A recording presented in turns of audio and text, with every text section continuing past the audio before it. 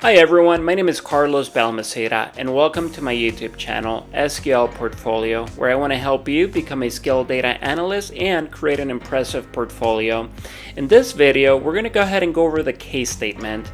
Imagine you're a loan officer at a bank and two customers walk in to apply for a loan. One customer has a poor credit score while the other one's is excellent.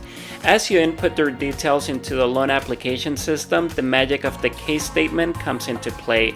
Automatically, the case function evaluates their credit score and categorizes them into the appropriate credit score of poor and excellent without any manual intervention.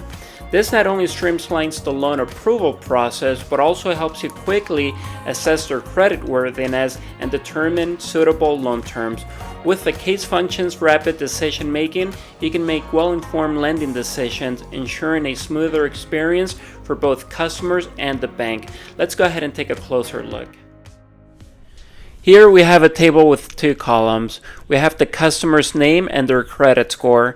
Instead of manually categorizing the customer's credit score as poor, fair, good, or excellent, we'll use the case function to automate this process.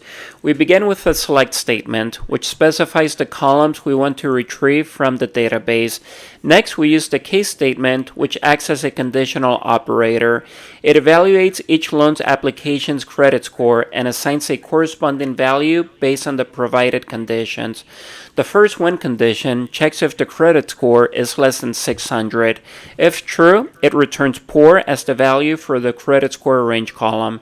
The second when condition checks if the credit score is between 600 and 699.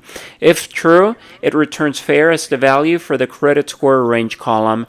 The third when condition checks if the credit score is between 700 and 799. If true, it returns good as the value for the credit score range column. The fourth when condition checks if the credit score is 800 or higher.